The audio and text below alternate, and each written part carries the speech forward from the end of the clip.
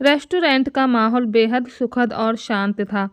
शाम की परछाइयाँ धीरे धीरे सूरज की रोशनी को निगलती जा रही थीं और ग्राहक अपने अपने टेबल पर हल्की संगीत की धुनों के साथ खाने में मशगूल थे। एक कोने में बने शीशे के पास वाली मेज पर ईशा अपने कॉलेज के दोस्त रमीज के साथ बैठी थी। दोनों के सामने गर्मा गर्म खाना रखा था और ईशा हाथ में चम्मच थामे रमीज की किसी बात पर धीमे से मुस्कुरा रही थी। उसने सादा मगर बेहद सलीकेदार लिबास पहन रखा था।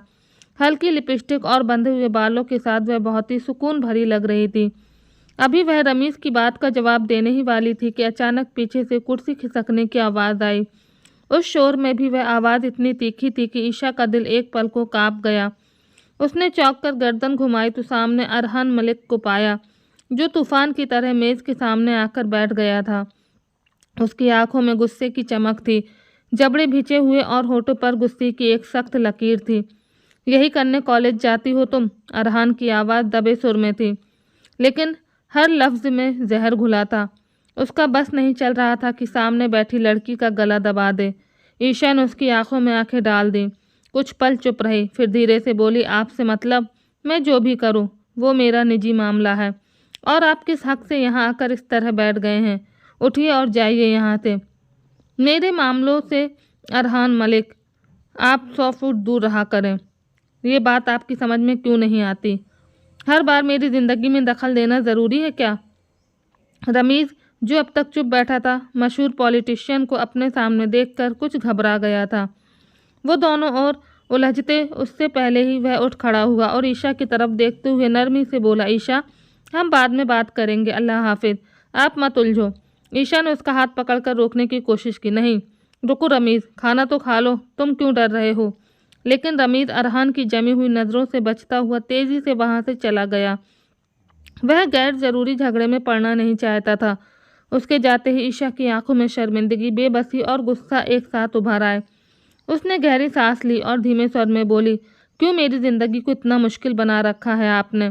क्यों मुझे जीने नहीं देते? क्या मुझे सुकून से जीने का हक नहीं? हर समय मेरी हर बात पर नज़र रखना क्या ज़रूरी है? क्या मैं इंसान नहीं, कोई जानवर हूँ जो आपकी मर्ज़ी से चलूँ? अरहान ने दोनों हाथ मेज़ पर रखकर उसकी आंखों में झांकते हुए सख्त लहजे में कहा, तमीज़ से बात करो, 12 साल बड़ा हूँ तुमसे, और ये जो रंगीनियाँ तुम शहर आकर दिखा रही हो, तुम्हें लगता है मैं चुप बैठकर ये सब देखता रहूँगा? तुमने हमारे ख़ानदान की इज्जत मिट्टी में मिला दी है। अगर किसी को पता चल गया कि मेरा और तुम्हारा क्या रिश्ता है, तो सबसे पहले तुम्हारी वीडियो वायरल होंगी। तुम हर दिन एक नए लड़के के साथ दिखती हो, तुम्हें लगता है मुझे खबर नहीं होती? उसका लहजा बर्फ से भी ज़्यादा ठंडा था। वह केवल इसलिए ज़ुबानी जंग कर रहा था क्योंकि उनका रिश्ता इतना मजबूत नहीं था, वरना अभी कुछ कर बैठता। ईशा की आंखों में आंसू तैरने लगे, लेकिन वह खुद को संभाल रही थी। वह फिर बोला, हमारे ख़ानदान की बेटी हो तुम, मलिक ख़ानदान की, और हमारे यहाँ ये सब नहीं चलता। तुम जानती हो तुम्हारी हरकतें हमें कहाँ ले जाएंगी। इज्जत जाती है इन सब चीज़ों से। ये बात तुम्हारी समझ में क्यों नहीं आती? बाकी लड़कियाँ भी हैं हमारे घर में, लेकिन कोई भी इतनी बेबाक नहीं है। सबको अपनी हद पता है। बस एक तुम हो जिसने सबका जीना हराम किया हुआ है। ईशा का सब्र टूट चुका था। उसने ज़ोर से हाथ मेज़ पर मारा। आवाज़ इतनी तेज़ थी कि आसपास बैठे लोग चौंक गए। बस कर दीजिए, मेरी ज़िंदगी में दखल देना बंद कीजिए, खुदा का वास्ता है। मैं आपकी बीवी नहीं हूँ, आपकी कज़िन हूँ, और मेरे फ़ैसले मेरे हैं। मुझे आप जैसे और आपकी फैमिली की लड़कियों जैसी ज़िंदगी नहीं जीनी। मैं आपकी बहन भी नहीं हूँ कि आप यूँ मुझे बैठाकर भाषण दें। बहुत हो चुका अरहान मलिक, अब मैं आपकी ये बकवास और नहीं सुन सकती। मैं किसी को हक नहीं देती कि वो इस तरह मेरी ज़िंदगी में दखल दे। उसकी आंखों में आंसू थे, मगर उसने खुद को थाम रखा था। वह अब एक पल भी वहाँ नहीं रुकना चाहती थी। कुर्सी को पीछे खींचकर वह खड़ी हुई, अपना दुपट्टा समेटते हुए तेज़ कदमों से बाहर की तरफ बढ़ गई। उसका दिमाग पल में सुलग रहा था। वह भी मलिक ख़ानदान की थी, फिर उसमें इतना जुनून कैसे नहीं होता? पीछे बैठे अरहान ने उसकी पीठ को घूर कर देखा। सच में अगर उस लड़की से उसका कोई मजबूत रिश्ता होता तो वो उसी पल उसका दिमाग ठिकाने लगा देता। कुछ लम्हों तक वो वहीं बैठा रहा और फिर कुछ सोचते हुए उसने अपने कदम मलिक इंडस्ट्री की तरफ बढ़ाए। अब वह हद से बाहर जा रही थी और उसका दिमाग ठीक करना बहुत ज़रूरी हो चुका था, वरना कब खानदान की नाक कटती और उसकी इज्जत मिट्टी में मिलती इसका कोई अंदाज़ा नहीं था। घर में सन्नाटा पसरा हुआ था। दोपहर की नरम धूप धीरे धीरे कमरों में दाखिल हो रही थी और आंगन के कोने में रखे पौधों पर हल्की हल्की हवा के झोंके पड़ रहे थे। सकीना बेगम अपने कमरे में बैठी तस्बीह के दाने गिन रही थीं। उनके चेहरे पर हमेशा की तरह संजीदगी थी, मगर आंखों में चिंता की एक हल्की सी झलक साफ नजर आ रही थी। अचानक कमरे का दरवाज़ा ज़ोर से खुला और ईशा अंदर दाखिल हुई। उसके चेहरे पर गुस्सा, मायूसी और थकावट साफ झलक रही थी। उसके हाथ में कॉलेज बैग था जिसे उसने बिना किसी लिहाज के ज़ोर से सोफे पर फेंका और तेज़ कदमों से आकर अपनी माँ के सामने खड़ी हो गई। ये आप मेरे साथ क्या कर रही हैं? उसकी आवाज़ में कंपन था। जहाँ भी जाती हूँ वो आदमी मेरे पीछे पीछे आ जाता है। क्या कोई परछाई बांध दी है आपने मेरे साथ? नहीं। आज आप बताएं अम्मी, क्या मिल रहा है आपको मेरे साथ ऐसा सलूक करके? आज़ादी दी है या कैद? ऐसी आज़ादी नहीं चाहिए जहाँ हर सांस भी आपकी मर्जी से ली जाए। सकीना बेगम चौंक गईं। तस्बीह के दाने वहीं रुक गए। क्या बात है ईशा, अपनी माँ से इस तरह की ज़बान?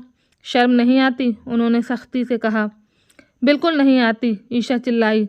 अगर मैं जहर लगती हूँ तो लगती रहूँ, आज आपको मेरी बात सुननी पड़ेगी। जब आपको मुझे हर वक्त निगरानी में रखने में शर्म नहीं आती तो मुझे भी बोलने में नहीं आती। अरहान मलिक कौन है? क्या वो मेरा बाप है जो हर जगह मेरा पीछा करता है? उसने मेरी ज़िंदगी जहन्नुम बना दी है। सकीना बेगम ने गहरी सांस ली। उनकी आंखों में एक पल को हैरानी तैर गई। वो तुम्हारी फ़िक्र करता है, तुम्हें इस शहर की फ़िक्र? ईशा ने बात काट दी। ये फ़िक्र है? मुझे सबके सामने जलील करना, दोस्तों के सामने बेइज्जत करना, ये फ़िक्र है? अगर मैं कुछ गलत कर रही हूँ तो आप समझाइए, मुझे फ़ैसला करने का हक दीजिए। लेकिन ये क्या तरीका है कि अरहान हर वक्त मेरा पीछा करे, हर कदम पर रोक टोक करे? अम्मी, अब मैं थक चुकी हूँ, मुझसे ये सब सहन नहीं होता।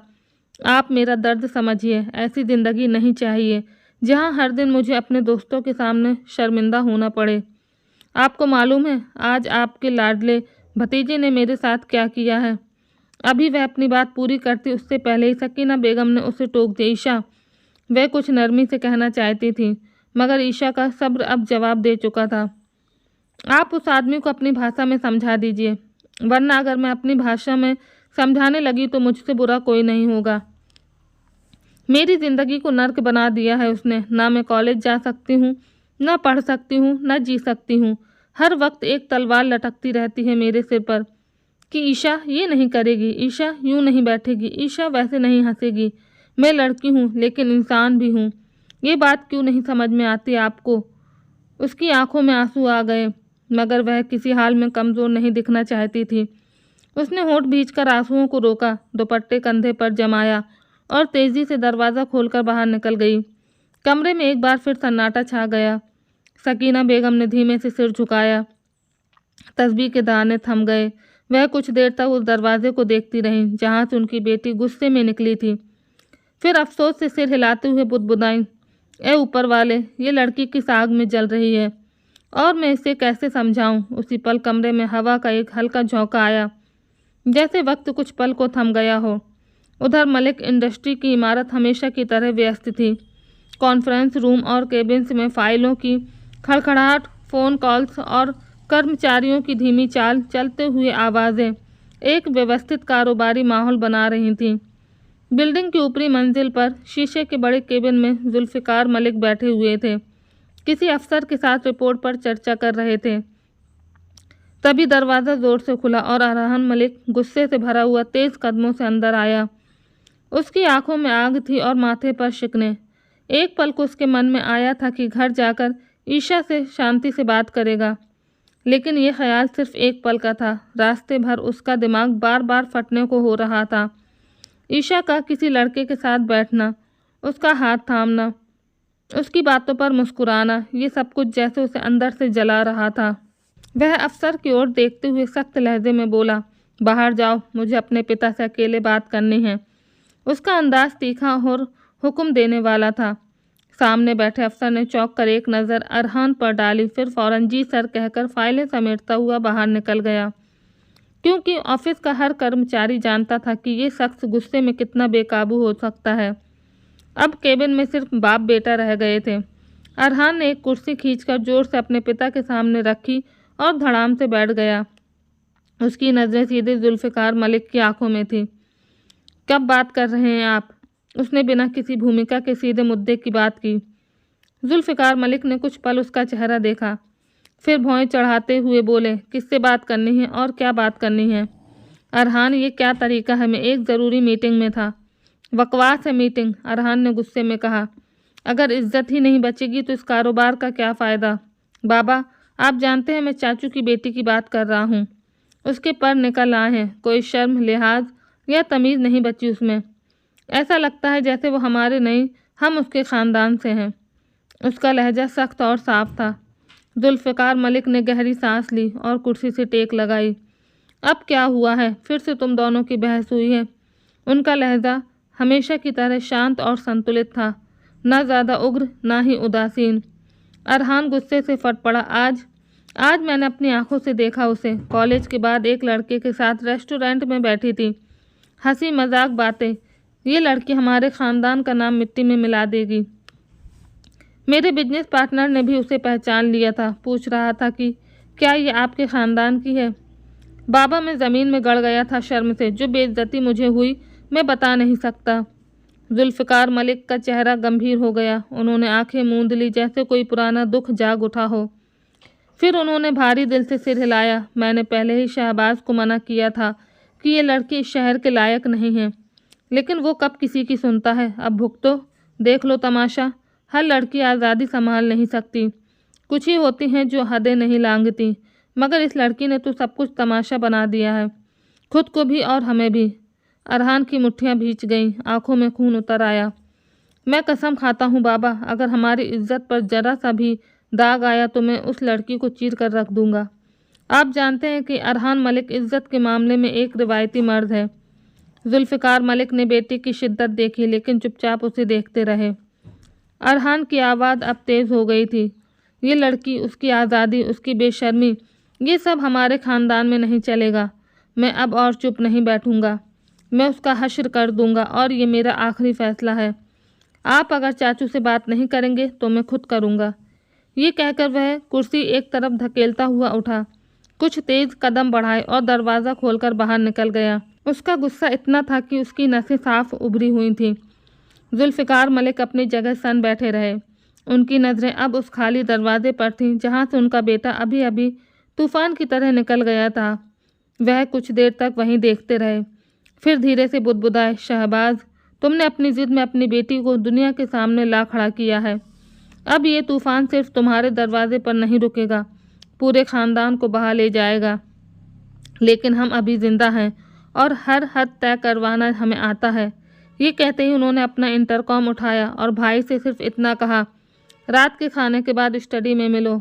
शहबाज उसी वक्त दफ्तर आना चाहते थे, लेकिन जुल्फ़िकार साहब ने उन्हें रोक दिया था। घर की बात घर में ही होनी चाहिए, यही उन्हें बेहतर लगा।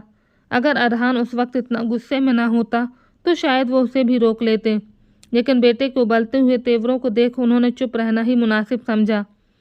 वक्त धीरे धीरे गुजरता गया और रात के साए चारों ओर फैल चुके थे। ईशा के कमरे में मध्यम पीली रोशनी जल रही थी। सामने दीवार पर लगे एलईडी स्क्रीन पर एक कोरियन ड्रामा चल रहा था। ईशा पलंग पर आलती पालती मारे बैठी थी। हाथ में नूडल्स का बाउल था और उसकी नज़रें स्क्रीन पर जमी थीं। वो बीच बीच में चम्मच से नूडल्स खाती और कभी किसी सीन पर मुंह बनाकर नाक चढ़ाती। तभी उसका मोबाइल ज़ोर से बज उठा। उसने आंखें मिचमिचाकर स्क्रीन की ओर देखा। रिमशा का नाम चमक रहा था। वह हल्का सा कराहती हुई मोबाइल कान से लगाकर बोली, हाँ बोलो। उसका लहजा लापरवाह था। दूसरी तरफ से रिमशा की तेज़ आवाज़ उभरी, तू आज क्लास में क्यों नहीं आई? कॉलेज में बहुत इम्पोर्टेंट डिस्कशन हुआ, सब लड़कियां हैरान थी तुझ पर। ईशा ने झुंझलाते हुए नूडल्स का चम्मच कटोरे में रख दिया। यार क्या ही डिस्कशन होगा, यहाँ तो पूरी ज़िंदगी उलझ गई है। मैं किस हाल में हूँ तुम्हें अंदाज़ा भी है? वो आदमी मेरे पीछे हाथ धोकर पड़ा है। इतना परेशान कर दिया है उसने कि दिमाग ख़राब हो चुका है। कॉलेज का चेहरा देखने का भी मन नहीं करता। वो आंखें घुमाकर गुस्से से दहाड़ी, कौन आदमी? क्या बोल रही हो? रमशा ने उलझन में पूछा। ईशा ने नाक चढ़ाते हुए कहा, वही मेरे ताऊ का बेटा अरहान मलिक। तबाह कर दी है उस इंसान ने ज़िंदगी। जितनी बेइज्जती आज सबके सामने हुई है, मैं तुम्हें शब्दों में नहीं बता सकती। वो आगे कुछ कहती उससे पहले ही रमशा चहकते हुए बोली, अरे वो पॉलिटिशियन, यार कितना हैंडसम है वो, तुम क्यों उससे उलझती रहती हो? कोई और होता तो दुआएं मांगता ऐसा रिश्ता हो। तुम्हें पता है मेरा फर्स्ट एंड लास्ट क्रश है वो, काश मैं उसकी कज़िन होती। हंसते खेलते उसकी हर बात मानती। ईशा ने दांत भींच कर जवाब दिया, तुम्ही को मुबारक हो ऐसा खड़ूस कज़िन। तुम्हें पता है उसी हैंडसम पॉलिटिशियन ने तुम्हारी दोस्त की ज़िंदगी का कबाड़ा कर दिया है। एक पल भी चैन से नहीं लेने देता। घर से निकलो तो उसकी नज़रें पीछा करती हैं, कॉलेज जाओ तो वहाँ छापा, रेस्टोरेंट में बैठो तो ऐसे घूरता है जैसे मैंने कोई जुर्म कर दिया हो। यार यही तो दिन होते हैं जीने के, लेकिन ये इंसान हर वक्त मेरे सिर पर सवार रहता है, लगता है जैसे मेरा बाप हो यार। लेकिन वो गलत भी तो नहीं है, रमशा ने संजीदगी से कहा। तुम एक सख्त ख़ानदान से हो। अरहान अगर तुम्हें रोक रहा है तो इज्जत का ख्याल रख रहा है। अफेयर में मत पड़ो, सीधी ज़िंदगी जियो। तुम जब से आई हो कभी किसी लड़के से दोस्ती कर रही हो, कभी किसी और से। लड़कियां ऐसे ही बदनाम होती हैं और फिर कहीं की नहीं रहती। तुमने मुझे या हमारे किसी दोस्त को किसी लड़के से बात करते हुए देखा है? ईशा का पारा चढ़ गया। तुमसे सिर्फ यही बातें करवाई जा सकती हैं। तुम्हें क्या लगता है मैं यहाँ मज़े करने आई हूँ? अगर मैं तुम्हें अपनी ज़िंदगी के सारे सीन सुना दूँ तो तुम्हारा दिमाग हिल जाएगा। उस इंसान ने कितनी पाबंदियाँ मुझ पर लगा रखी हैं। और एक मिनट, तुम मेरी दोस्त हो या उस अरहान के फ़ैन क्लब की प्रेसिडेंट? और जो तुमने अफेयर कहा है ना, याद रखना अगर मैं किसी लड़के से बात कर रही हूँ तो वो अफेयर नहीं होता, वो एक समझदारी होती है, दोस्ती होती है। लेकिन तुम क्या समझोगी? तुम्हारी सोच भी छोटी है। रमशा कुछ कहने वाली थी कि ईशा ने गुस्से में फ़ोन काट दिया। उसने मोबाइल एक तरफ फेंका, नूडल्स का बाउल मेज़ पर रखा और लंबी सांस लेकर बेड पर लेट गई। उसकी आंखें छत पर टिकी थीं, लेकिन दिमाग में घुटन, उलझन और गुस्सा अभी भी हंगामा मचा रहे थे। बाहर रात की खामोशी थी, लेकिन ईशा के अंदर एक शोर था जिसे कोई नहीं सुन पा रहा था। वो ऊंचाई की उड़ान भरना चाहती थी, आज़ाद ज़िंदगी जीना चाहती थी, लेकिन हर ओर से जकड़ी हुई थी। उसकी ज़िंदगी में आने वाले दोस्त भी उसके ख़ानदान जैसे ही थे, कोई ऐसा नहीं जो उसे सुकून दे सके। दूसरी ओर स्टडी रूम में मध्यम रोशनी जल रही थी। दीवार के साथ बड़ी सी किताबों की अलमारी सलीके से सजी थी और बीच में रखी भारी लकड़ी की मेज़ पर कुछ फाइलें और एक खाली खुली किताब रखी थी। जुल्फ़िकार मलिक ध्यान से किताब पढ़ रहे थे। माथे पर हल्की लकीरें और चेहरे पर संजीदगी थी। वो हर रात खाने के बाद कुछ देर अध्ययन ज़रूर करते थे। कुछ देर बाद दरवाजे पर दस्तक हुई। आइए, उन्होंने नज़रें किताब से हटाए बिना जवाब दिया। दरवाज़ा खुला और शहबाज मलिक अंदर दाखिल हुए। जैसे ही जुल्फ़िकार साहब की नज़र भाई पर पड़ी, उन्होंने एक तरफ किताब रखते हुए कहा मुस्कुराकर, अरे आओ शहबाज, तुम्हारा ही इंतज़ार कर रहा था। मैंने काफ़ी पहले कहा था, लेकिन शायद तुम अपने परिवार में व्यस्त थे। शहबाज साहब भी हल्की मुस्कान के साथ आगे बढ़े और कुर्सी खींचकर बैठते हुए बोले, नहीं भाई, बस थोड़ा आराम कर रहा था। सारा दिन ऑफिस में बैठे बैठे पीठ अकड़ जाती है। अब वो उम्र कहाँ रही? जुल्फ़िकार साहब ने सिर हिलाया। हाँ, अब बात वही है। ऑफिस के हालात भी काबू में नहीं रहे। बिजनेस का दायरा बढ़ रहा है, लेकिन इंसानों की नियतें संकुचित होती जा रही हैं। बिजनेस और परिवार दोनों की चिंता सता रही थी, इसलिए सोचा तुमसे कुछ बात कर लूँ। शहबाज ने सहमति में सिर हिलाया। पिछले महीने जो प्रोजेक्ट पास हुआ था उसकी रिपोर्ट भी आ गई है, लेकिन अब अरहान का राजनीति में आना सब कुछ और संवेदनशील बना देगा। और परिवार की क्या चिंता है, सब ठीक तो है? वो माथे पर बल डालते हुए बोले। जुल्फ़िकार साहब थोड़े गंभीर हुए, मेज़ पर अपनी उंगलियां थपथपाते हुए बोले, बस यही तो बात है, इसलिए मैं तुमसे कुछ कहना चाहता था, भाई होने के नाते नहीं, परिवार के बड़े होने के नाते। और मुझे उम्मीद है शहबाज, तुम मेरी बात का गलत मतलब नहीं निकालोगे, बल्कि इसे समझदारी से लोगे। हम दोनों सगे भाई हैं और एक दूसरे को अपने आप से ज़्यादा जानते हैं। शहबाज साहब ने चौंक कर उनकी ओर देखा। जी कहिए। जुल्फ़िकार की आंखों में अब गहरी सख्ती थी। अपनी बेटी पर ध्यान दो शहबाज, उन्होंने कहा। अरहान ने जो बताया वो सुनकर मैं हैरान नहीं हुआ, बल्कि शर्मिंदा हुआ हूँ। लड़कियों को आज़ादी देना गलत नहीं, लेकिन उन्हें बेलगाम छोड़ देना गलत है। हमारे ख़ानदानी उसूल हैं, रुतबा है। शाहबाज साहब खामोशी से सुनते रहे। आंखों में कुछ शर्मिंदगी थी, लेकिन उन्होंने कुछ नहीं कहा। जुल्फ़िकार साहब ने बात आगे बढ़ाई। अरहान अब पॉलिटिक्स में है, मीडिया, सोशल वर्क, जनता से जुड़ाव, ये सब अब उसकी ज़िंदगी का हिस्सा हैं। अगर आज अरहान पर उंगली उठी तो कल पूरे ख़ानदान की इज्जत पर सवाल उठेंगे। मीडिया को अगर एक बात भी पता चल जाए तो वो उसे पूरे शहर में फैला देता है। उन्होंने थोड़ी देर रुककर और सख्त लहजे में कहा, तुम्हारी बेटी रेस्टोरेंट्स में लड़कों के साथ बैठी नजर आए, ये अब छुपता नहीं है। हम जो कभी थे अब वो नहीं रहे। सोशल मीडिया के दौर में एक छोटी सी हरकत भी इंसान को बदनाम कर सकती है। मेरा मकसद तुम्हें शर्मिंदा करना नहीं, वो मेरी भी बेटी जैसी है, लेकिन समझाना तुम्हारा फ़र्ज़ है।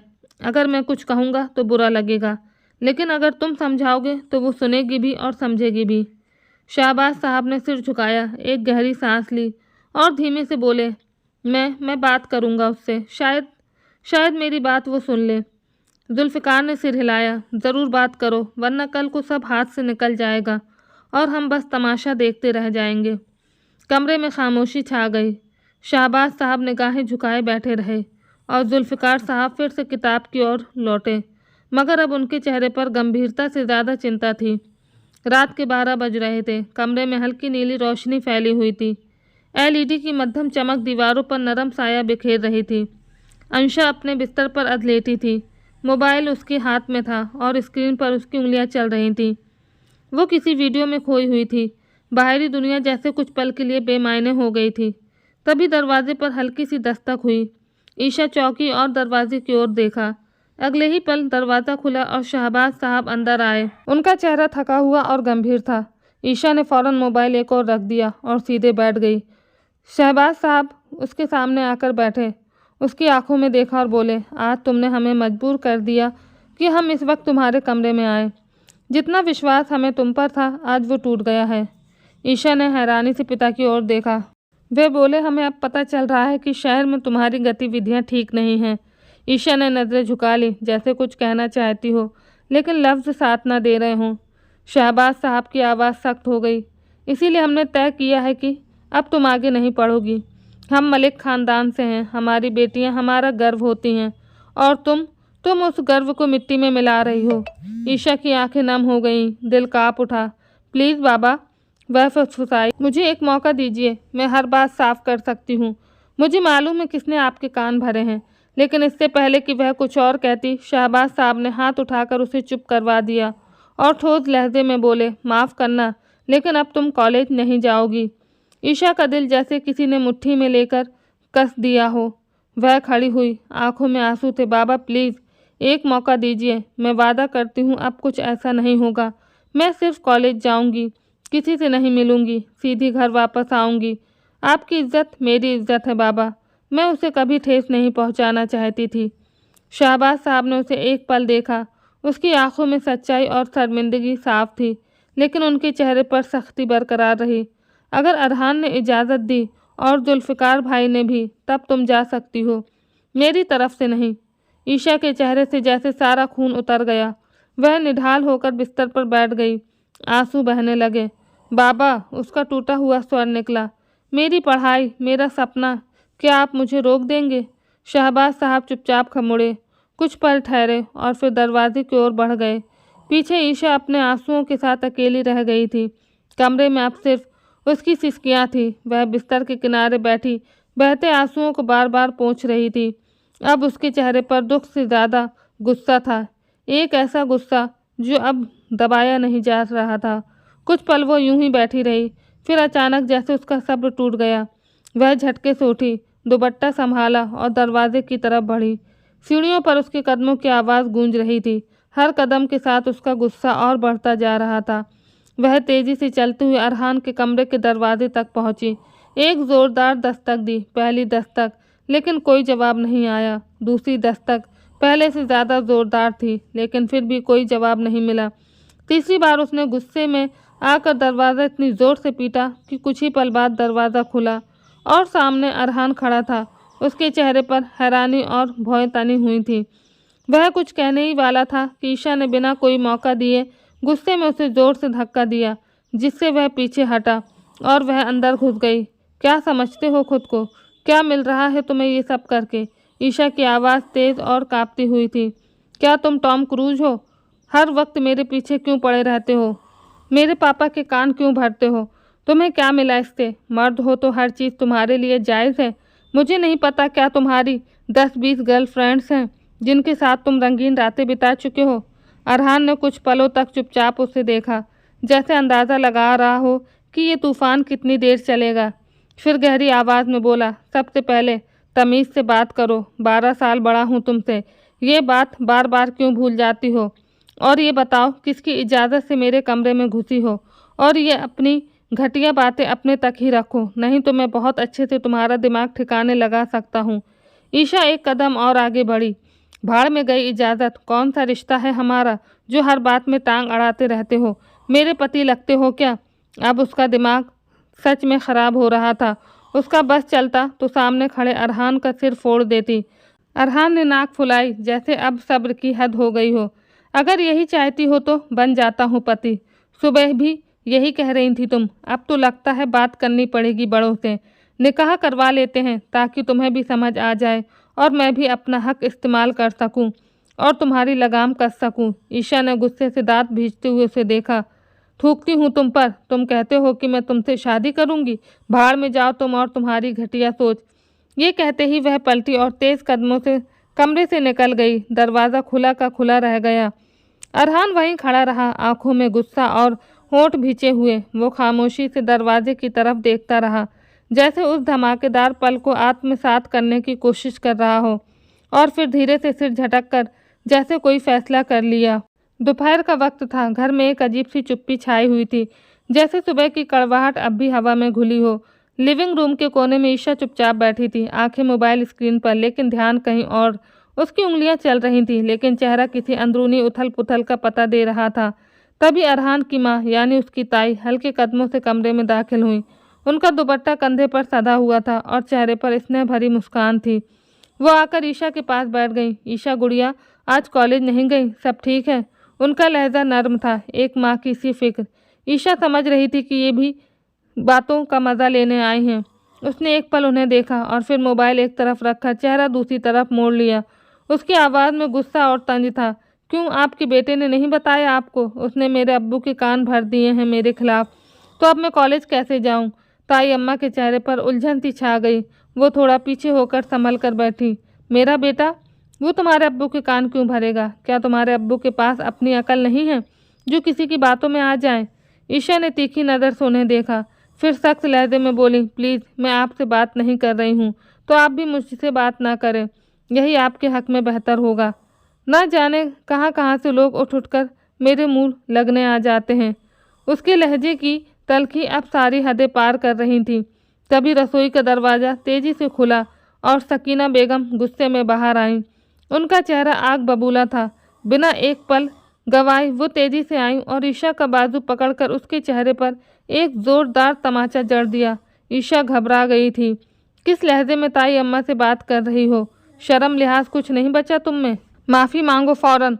वो गुस्से में काँप रही थी, जैसे अपना गला घोंट दें, उस लड़की का जिसने पूरे ख़ानदान की नाक कटवा दी हो। ईशा की आंखों में आंसू तो नहीं आए, लेकिन उसके चेहरे पर गुस्सा और हैरानी का मिला जुला असर था। उसने सख्त नज़रों से माँ को देखा और ठंडी आवाज़ में बोली, माफ़ी मांगती है मेरी जूती। खबरदार, जो किसी ने मेरे मामलों में बोलने की ज़रूरत की, छोड़ूंगी नहीं किसी को भी। और ये जो तमाचा आपने मारा है, इसका जवाब आपको ज़रूर मिलेगा। ये कहकर उसने अपना हाथ झटक कर छुड़ाया और गुस्से में सीढ़ियाँ चढ़ती हुई अपने कमरे की ओर बढ़ गई। लिविंग रूम में सन्नाटा छा गया। ताई अम्मा चुप बैठी थी, चेहरा बुझा हुआ। उनका इरादा उसे ठेस पहुंचाने का नहीं था, और अगर उन्हें ज़रा भी अंदाज़ा होता कि उनका बेटा और पति क्या कर चुके हैं, तो वो कभी इस बात की शुरुआत ही ना करती। सकीना बेगम ने नज़रें झुकाकर कहा, भाभी, मैं माफ़ी चाहती हूँ। ये लड़की दिन ब दिन हाथ से निकलती जा रही है। ताई अम्मा ने धीरे से उनके हाथ पर हाथ रखा और नरमी से कहा, बस सकीना, रहने दो, कुछ बातें वक्त ही समझाता है। तुम चुप रहो, मैं ठीक हूँ, और शायद मेरी भी गलती है, मुझे उससे बात नहीं करनी चाहिए थी। अगर शहबाज ने उसे डांटा है तो यकीनन अरहान ने कुछ ना कुछ ज़रूर कहा होगा। क्योंकि तुम जानती हो जिस तरह वो गुस्से में गई है उसके पीछे अरहान ही हो सकता है। कई बार मैं उस लड़के को समझा चुकी हूँ कि वो छोटी है, समझ जाएगी, लेकिन वो नहीं सुनता। हर वक्त हुकूमत करना उसने अपनी आदत बना ली है। मैं उसे समझाऊंगी। जबकि सकीना बेगम कुछ नहीं बोली। वो भला किसी से क्या कहती, उनकी अपनी औलाद नहीं उन्हें हर जगह शर्मिंदा करके रख दिया था। ड्राइंग रूम में हल्की ठंडक थी। भारी लकड़ी का फर्नीचर, दीवार पर लगा हुआ खानदानी शजरा और शीशे की अलमारी में रखी बेशकीमती किताबें इस बात का सबूत थी कि यहाँ बैठने वाले लोग सिर्फ अमीर नहीं बल्कि परंपरागत सोच के रखवाले भी हैं। जुल्फ़िकार मलिक सोफे पर बैठे हुए हाथ में चाय का कप लिए गहरी सोच में डूबे थे जब अरहान धीरे से कमरे में दाखिल हुआ और उनके सामने बैठ गया। बाबा, आपसे कुछ अहम सियासी मामलों पर बात करनी है, क्या थोड़ी देर मिल सकती है? अरहान ने संजीदगी से कहा। जुल्फ़िकार ने गर्दन हिलाकर उसकी तरफ देखा। हाँ, सुन रहा हूँ। पार्टी लीडरशिप चाहती है कि अगले महीने ही की मुहिम में मैं आगे जाऊँ। उन्हें मेरी स्पीच और पब्लिक इमेज पसंद आ रही है। मीडिया सेल की रिपोर्ट भी अच्छी है। अब हल्के में ज़्यादा वक्त देना पड़ेगा, खासकर ख़वातीन वोटर्स की साइड पर काम करना होगा। जुल्फ़िकार मलिक ने सिर हिलाया। अच्छा है, जिम्मेदारी जितनी जल्दी उठाओ उतना बेहतर है, और अगर ये मैदान तुमने चुन ही लिया है तो ईमानदारी से काम करना। अरहान ने कुछ लम्हे खामोशी अख्तियार की, चाय की प्याली की तरफ देखा और फिर गहरी सांस लेते हुए बोला, बाबा, मुझे आज आपसे एक और ज़रूरी बात करनी है। जुल्फ़िकार ने चाय रख दी, गंभीरता से बेटे की तरफ देखा। हाँ बोलो, क्या बात है? अरहान ने चंद लम्हों तक उन्हें देखा और फिर धीरे से कहा, मैं चाहता हूँ आप शाहबाज चाचू से बात करें, निकाह की तारीख तय करवा दें। लहजा बिल्कुल सादा था। जुल्फ़िकार की नज़रें उसके चेहरे पर जम गईं। वो कुछ बोले नहीं। अरहान ने बात जारी रखी। बाबा, जिस तरह उसके सिर पर उसके पर निकल रहे हैं, ज़ुबान चल रही है, बेहतर यही है कि निकाह हो जाए। मैं ये नहीं कहता कि वो बुरी है, लेकिन वो बगावत की तरफ बढ़ रही है। हम सब जानते हैं कि जिस उम्र में वो है उसमें जज्बात बहुत तेज़ होते हैं, लेकिन हालात ऐसे नहीं कि हम उसे खुली छूट दें। बाहर दुनिया बहुत बेरहम है। मैं नहीं चाहता कि हमारे ख़ानदान की बेटी किसी मुसीबत में पड़ जाए। जुल्फ़िकार साहब ने गहरी सांस ली और फिर थोड़े तंजिया लहजे में बोले, अरहान मलिक, किसे बेवकूफ़ बना रहे हो? मैं तुम्हारा बाप हूँ, तुम मेरे बाप नहीं। हर बात से तुम्हारी मंशा को समझता हूँ। अरहान ने हैरानी से उनकी तरफ देखा, जैसे कुछ समझ ना पाया हो। जुल्फ़िकार ने बात पूरी की।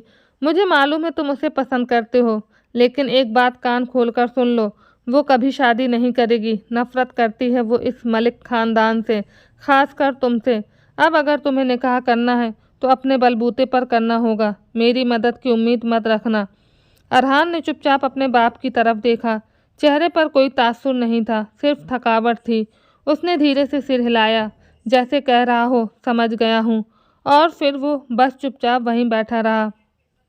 कमरे में खामोशी तारी थी और उनके बीच एक अनकही दूरी बन चुकी थी, लेकिन जो इरादा उसने किया था वो मामूली नहीं था। रात की सिहाई और गहरी हो चुकी थी। चारों तरफ खामोशी थी, जैसे कायनात ने सांस लेना छोड़ दिया हो। वक्त की सुइयां 3 बजे का इशारा कर रही थीं जब अरहान दबे पांव ईशा के कमरे में दाखिल हुआ। दरवाज़ा हल्के से चरमराया और फिर खामोशी में डूब गया। कमरे की हल्की रोशनी में चांदनी खिड़की से आकर बिस्तर पर सोई हुई ईशा के चेहरे पर पड़ रही थी। वो गहरी नींद में थी, दुनिया से बेखबर। अरहान ने धीरे से जेब से क्लोरोफॉर्म में भिगोया हुआ रुमाल निकाला और बिना कोई आवाज़ किए ईशा के चेहरे पर रख दिया। चंद लम्हों में उसका जिस्म ढीला पड़ गया। वो तेज़ी से आगे बढ़ा, उसे बाहों में उठाया और उसी खामोशी के साथ कमरे से बाहर निकल गया जैसे आया था। पूरा घर नींद में डूबा हुआ था, किसी को कोई खबर नहीं हुई। अरहान ईशा को लेकर बाहर खड़ी गाड़ी तक पहुंचा, दरवाज़ा खोला और उसे नरमी से पिछली सीट पर लिटा दिया। फिर गाड़ी स्टार्ट की और बिना किसी देर के सीधा फार्म हाउस की तरफ निकल पड़ा। ये कहानी एक डरावनी और भावनात्मक रूप से झकझोर देने वाली घटना को बयान करती है, जिसमें इंसानी जिद, जुनून और ज़बरदस्ती की हदें पार कर दी जाती हैं। रास्ते भर सन्नाटा उसके मानसिक हालात पर हावी था। दिल की धड़कन तेज थी, लेकिन चेहरे पर एक अजीब सा सुकून छाया हुआ था। फार्म हाउस पहुंचकर उसने गाड़ी अंदर ले जाकर रोकी, दरवाज़ा खोला और ईशा को फिर से अपनी बाहों में उठाकर कमरे की ओर बढ़ा। कमरा आधा अंधेरे में डूबा था। एक दीवार पर टंगी धीमी रोशनी वाली लैंप रहस्यमयी माहौल बना रही थी। उसने ईशा को बिस्तर पर फेंका और जैसे ही उसका शरीर गद्दे से टकराया वह चौंक कर जागी। ओह मेरे खुदा! वह घबरा कर उठ बैठी। कुछ पल के लिए तो उसे समझ ही नहीं आया कि वह कहाँ है। जब उसकी नज़र कमरे और सामने खड़े अरहान पर पड़ी तो वह गुस्से से चिल्लाई, क्या कर रहे हो तुम? क्यों लाए हो मुझे यहाँ? अरहान के होठों पर एक ठंडी मुस्कान थी। वह धीरे धीरे उसकी ओर आया और मिठास भरे मगर सख्त लहजे में बोला, तुमसे निकाह करने लाया हूँ। और किस लिए लाता? ईशा गुस्से और हैरानी से पागल हो गई। क्या पागल हो गए हो तुम? किस हक से? अरहान ने शांत स्वर में कहा, कल तुमने मुझसे पूछा था ना कि मैं कौन होता हूँ तुम्हें रोकने वाला। आज बताऊंगा कि कौन हूँ। और फिर अचानक उसने जेब से पिस्तौल निकालकर उसकी पेशानी पर लगा दी। ईशा की आंखें डर से फैल गईं, सांसें थम सी गईं। अरहान ने कहा, अभी और इसी वक्त निकाह होगा। एक शब्द भी बोला तो गोली माथे से पार कर दूंगा। डर से कांपती ईशा चुप हो गई। और फिर वही हुआ। उसने ज़बरदस्ती मौलवी बुलवाकर बंदूक की नोक पर निकाह करवा लिया। कमरे में सन्नाटा पसरा था, एक अजीब भारीपन। ईशा की सांसें तेज थीं, आंसू बह रहे थे, लेकिन आंखों में अब भी हार नहीं थी। अचानक वह उठी और बाहर भागने को दौड़ी, लेकिन अरहान ने उसे दीवार से टिका दिया और बाकी उसकी कलाइयाँ कसकर पकड़ लीं। वह दर्द से कराह उठी, लेकिन निगाहों में अब भी नफरत और विद्रोह की चमक थी। अरहान ने नर्म मगर कठोर आवाज़ में कहा, अपनी मोहब्बत का सबूत मेरी गर्दन पर छोड़ दो ताकि सबको लगे ये निकाह तुम्हारी रजामंदी से हुआ है। ईशा ने गुस्से में उसकी आंखों में देखा और थूक दिया। उसके चेहरे पर सन्नाटा और गहरा हो गया। अरहान पीछे हटा, एक पल को जैसे वक्त रुक गया हो। फिर वह अलमारी से रस्सी निकालकर वापस लाया। तुम ऐसे नहीं मानोगी, अब मेरी दीवानगी का पहला ट्रेलर देखोगी। वह उसे बांध चुका था। ईशा कांपती आवाज़ में गिड़गिड़ाई, अरहान खुदा का वास्ता मत करो ये सब। लेकिन उसकी आंखों में अब बस जिद और पागलपन था। वह चिल्लाकर बोला, तुम्हारी उन्हीं हरकतों ने तुम्हें यहाँ लाकर खड़ा कर दिया है। ईशा ने कांपती आवाज़ में जवाब दिया, मैं आपको कभी माफ़ नहीं करूँगी। आपने मेरी खुशियाँ छीन ली। बचपन से आपने मुझे बस पाबंदियाँ दी। अरहान हंसा और उसकी आंखों में झांक कर बोला, पाबंदियाँ? कभी सोचा किस लिए लगाई थी? ये कहानी एक मानसिक रूप से बीमार जुनूनी इंसान की ज़बरदस्ती थोपे गए रिश्ते और एक लड़की के संघर्ष की दास्तान है जो प्रेम के नाम पर पागलपन और हिंसा की इंतहा दिखाती है। वह सीधा खड़ा हो गया और जैसे खुद से बात करता हुआ बोला, न तुम्हें बाहर जाने से रोका, न तुम्हारी पढ़ाई, न तुम्हारे शौक, गाड़ी तुम्हारे पास, मोबाइल, टीवी, हर सुविधा। दोस्तों से मिलने पर कभी कुछ नहीं कहा। शॉपिंग करती हो, खाना बाहर से मंगवाती हो, सब कुछ तुम्हें आज़ादी से मिला। बस एक ही हद बताई थी तुम्हें, सिर्फ एक बात कही थी कि किसी गैर लड़के से रिश्ता नहीं रखोगी। ना कोई संपर्क, ना दोस्ती, ना कोई ऐसी बात जो तुम्हें नुकसान दे। बस इतनी सी सीमा थी। ईशा ने तेजी से आंखें उठाकर उसकी ओर देखा। ये प्यार नहीं है, ये कैद है। अरहान का चेहरा एक पल को बेरहम हो गया। ये कैद तुम्हारी हिफाजत थी लड़की। तुम्हें नहीं पता ये दुनिया कितनी गंदी है, कितनी जालिम। मैंने तुम्हें बचाने के लिए ये सीमा तय की थी, लेकिन तुम उससे निकलने को बेताब थी। वो ईशा के पास आया, उसकी ओर झुकते हुए धीरे से बोला, अगर तुम एक बार समझ लेती, एक बार मान लेती तो मैं तुम्हें इज्जत से अपने निकाह में लाता, सबके सामने ऐलान करता कि तुम मेरी बीवी हो, तुम्हें दुनिया की हर आरामदायक चीज़ देता। लेकिन तुमने मुझे मजबूर किया। तुमने मुझे उस मुकाम पर ला खड़ा किया जहाँ मेरे लिए और कोई रास्ता नहीं बचा था। ईशा की आवाज़ भर्रा गई। ये ज़बरदस्ती है, ये ज़्यादती है। हाँ मानता हूँ गलती की है मैंने, मगर मजबूर भी तुमने किया। तुम्हें ये सब बहुत आसान लगता है, लड़कों के साथ उठना बैठना, बातचीत करना।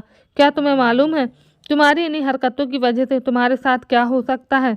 अरहान ने करवट बदली और कांपते लहजे में कहा, तुम जानती हो पाकिस्तान में क्या हो रहा है? एक लड़की तुम्हारी तरह हंसमुख, खुश मिजाज, उसका नाम था सना यूसुफ। वह चुपचाप अरहान को सुन रही थी। इस केस के बारे में जानती थी, मगर ज़्यादा जानकारी लेने की कभी ज़रूरत नहीं समझी थी। अरहान ने गहरी सांस ली और बोला, वह 17 साल की थी, टिकटॉक पर बहुत मशहूर, तकरीबन 8 लाख फॉलोवर्स, इंस्टाग्राम पर लगभग 5 लाख, वीडियो बनाती थी, औरतों के हक की बात करती थी। मगर सरकार, समाज और कुछ घरों में ये सब गलत समझा जाता था। ईशा की आंखों में बेचैनी उभर आई। अरहान ने नज़र झुकाते हुए कहा, 2 जून की रात को इस्लामाबाद में अपने फूफी के घर पर थी। एक आदमी मेहमान बनकर आया और अचानक उसे 2 गोलियां मारी, एक सीने में एक पेट में। वह 5 मिनट में मर गई। ईशा ने धीमे से पूछा, गोलियां किसने चलाई? ये शब्द उससे बेमन निकल गए। अरहान की आंखों में ठंडक सी थी। उस शख्स का नाम था उमर हयात उर्फ काका।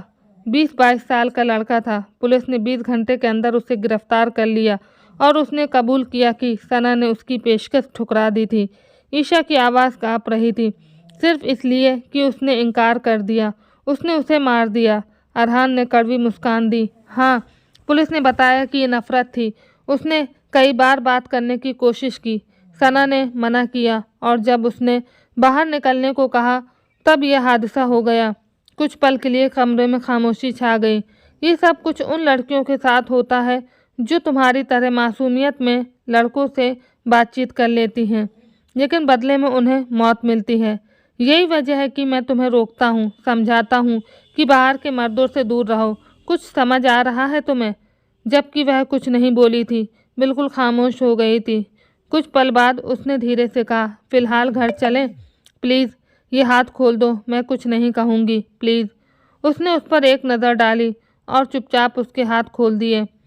वह उसके साथ ज़बरदस्ती नहीं करना चाहता था, लेकिन मजबूर हो गया था, क्योंकि जानता था कि ये लड़की कभी उसकी बात समझेगी ही नहीं। लेकिन अब उसे यकीन था कि वह बात को समझेगी भी और निकाह के लिए रजामंद भी हो जाएगी। वक्त धीरे धीरे गुजरता गया। 2 रोज़ बाद कमरे की खिड़की से धूप अंदर झांक रही थी। ईशा चुपचाप बिस्तर पर बैठी थी। उसकी आंखें बुझी हुई थीं, चेहरे पर थकावट और अंदरूनी बेचैनी का साफ अक्स था। 2 दिन बीत चुके थे, लेकिन उसके दिल पर वो बातें, वो रवैये और वो रातें एक बोझ बनकर बैठ गई थीं। तभी दरवाजे पर हल्की सी दस्तक हुई और शहबाज साहब अंदर आए। उनके चेहरे पर गंभीरता थी, लेकिन आंखों में एक नरमी भी थी जो ईशा के लिए अजनबी सी थी। वह धीरे से उसके पास आए और उसके सिर पर हाथ रखा। ईशा ने चौंक कर सिर उठाया, लेकिन कुछ नहीं बोली। ईशा, शहबाज साहब ने नर्म लहजे में कहा, उस रोज़ शायद मैं थोड़ा गुस्से में आ गया था, बेवजह तुम्हें सख्ती से रोका, लेकिन अब सोचता हूँ कि तुम्हारी ज़िंदगी को तुमसे बेहतर कोई नहीं जान सकता। ईशा चुप रही। उसकी निगाहें झुकी हुई थीं। उसे इस वक्त खुश होना चाहिए था, लेकिन अंदर कोई खुशी महसूस नहीं हो रही थी, क्योंकि जो सच्चाई उसे अपने बारे में पता चली थी, उसी दिन से वो बिल्कुल खामोश हो गई थी। एक डर था जो उसके दिल में घर कर चुका था। तुम अपनी पढ़ाई जारी रख सकती हो, पूरी तरह, जिस तरह चाहो, जैसे चाहो। मैं बस चाहता हूँ कि तुम खुश रहो। ईशा की आंखों में नमी उभरी। उसने हल्के से सिर हिलाया, जैसे खुद को संभाल रही हो। और एक बात और। शहबाज साहब कुछ पल रुके, फिर बोले, मैं चाहता हूँ कि अब तुम्हारी शादी कर दूँ। ये सुनते ही ईशा चौंक कर उनकी ओर देखने लगी। अगर तुम्हें कोई पसंद है तो मुझे बता सकती हो। ईशा ने तुरंत सिर ना में हिला दिया। नहीं अब्बू, ऐसा कुछ नहीं है। शहबाज साहब ने गहरी सांस ली और गंभीरता से बोले, अरहान का क्या ख्याल है तुम्हारा? मानता हूँ तुम दोनों की पहले नहीं बनती थी, लेकिन वो अच्छा लड़का है। ईशा कुछ पल खामोश रही, नज़रें चुरा ली, लेकिन उसकी खामोशी में एक रजामंदी झलक रही थी। उसने ना हाँ कही ना, बस अपनी पलकें झुका ली और धीरे से सिर हिला दिया। शहबाज साहब ने इत्मीनान से सिर हिलाया। अच्छा किया, वो समझदार लड़का है और तुम्हारे लिए गंभीर भी है। जुल्फ़िकार भाई ने खुद मुझसे बात की थी और अजीब इत्तेफाक है, वो कह रहे थे कि तुम मान जाओगी। मुझे तो यकीन नहीं हुआ, लेकिन मैं बहुत खुश हूँ तुम्हारे लिए। फिर वह दरवाजे की ओर बढ़े और रुककर बोले, वैसे तुम्हें पता होना चाहिए, तुम्हारी पढ़ाई जारी रखने का ख्याल मुझे किसी और ने दिया। मैं तो सोचता रहता था, लेकिन असल में मेरा ब्रेन वॉश किसी और ने किया। ईशा ने हैरानी से सिर उठाया। अरहान आया था मेरे पास। उसने कहा कि मैं तुम्हारे साथ ज़्यादती कर रहा हूँ, तुम्हारी आज़ादी छीन रहा हूँ। वो चाहता था कि मैं तुम्हें अपनी मर्जी का हक दूँ। ईशा कुछ नहीं बोली, बस आंखों में नमी लिए चुप बैठी रही। शहबाज साहब कमरे से निकल गए। कमरे में अब सिर्फ धूप की एक किरण रह गई थी और ईशा की खामोश आंखों में एक नई रोशनी झलक रही थी, जैसे किसी पुरानी दीवार में एक नई खिड़की खुल गई हो। वक्त धीरे धीरे गुजरता गया। 3 महीने कैसे बीत गए कुछ पता ही नहीं चला। निकाह बाकायदा हुआ और फिर धूमधाम से रुखसती। कमरे में हल्की गुलाब की खुशबू फैली हुई थी, दीवारों पर सुनहरी रोशनी पड़ रही थी और पर्दे धीमे धीमे लहरा रहे थे। तभी दरवाज़ा खुला और अरहान धीमे कदमों से अंदर आया। दिल की धड़कनें तेज थीं। उसकी नज़रें फ़ौरन ईशा पर टिक गईं, जो लाल जोड़े में सर झुकाए बैठी थी, सादगी में लिपटी एक दुआ की तरह। वो पास आया और धीरे से उसके पास बैठ गया। कुछ पल उसे देखता रहा, फिर घूंघट उठाया। बहुत खूबसूरत लग रही हो। उसकी आवाज़ में नरमी थी, इतनी हसीन कि नज़रें हटी नहीं रहीं। ईशा चुप रही। अरहान ने उसका चेहरा अपने हाथों से ऊपर किया और उसकी आंखों में झांका, फिर अचानक अपने दोनों हाथ कानों तक ले गया। माफ़ कर दो यार, जानता हूँ गलत कर गया, पर मजबूर था। बाबा ने कहा तुम कभी रजामंद नहीं होगी और मैं नहीं चाहता था कि बात बिगड़ जाए। उसकी आवाज़ में सच्चाई और दर्द दोनों थे। मैंने तुमसे निकाह ज़िद में नहीं किया। मैंने ये निकाह इसलिए किया क्योंकि मैं तुमसे मोहब्बत करता हूँ। जब तुम पैदा हुई थी और मेरी गोद में आई थी, मैंने सबको कहा था ये मेरी प्रिंसेस है। फिर भला मैं अपनी प्रिंसेस को किसी और का कैसे होने देता। वह रुका, फिर गहरी सांस लेकर बोला, मैंने ये सब इसलिए किया क्योंकि मैं तुम्हें खोना नहीं चाहता था। ईशा ने उसकी ओर देखा। आंखों में नमी थी, लेकिन चेहरे पर सुकून। कुछ पल बाद ईशा की आवाज़ उभरी, आप भी मुझे माफ़ कर दीजिए। मैं भी गलत थी। दिल और दिमाग में बहुत कुछ गलत बैठा लिया था। जब से आपने समझाया है, मेरा नज़रिया बदल गया है। अरहान मुस्कुरा दिया। वो नज़दीक आया और ईशा के माथे पर प्यार से बोसा दिया, फिर उसे अपने सीने से लगा लिया। बीवियाँ माफ़िया नहीं मांगती, शौहर मांगते हैं। ईशा की आंखें भीग गईं, लेकिन अब वो आंसू नहीं थे, वो सच और सुकून के आंसू थे। कमरे में अब सिर्फ मोहब्बत थी, ना कोई ज़िद, ना कोई गुस्सा, सिर्फ एक रिश्ता था जो इम्तिहानों से गुजर कर मुकम्मल हो गया था। ईशा समझ चुकी थी कि आज़ादी का मतलब लड़कों से दोस्ती नहीं होता।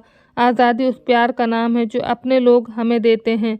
हर पाबंदी घुटन नहीं होती, कुछ पाबंदियाँ सुकून और हिफाजत भी देती हैं। बस समझने की बात है।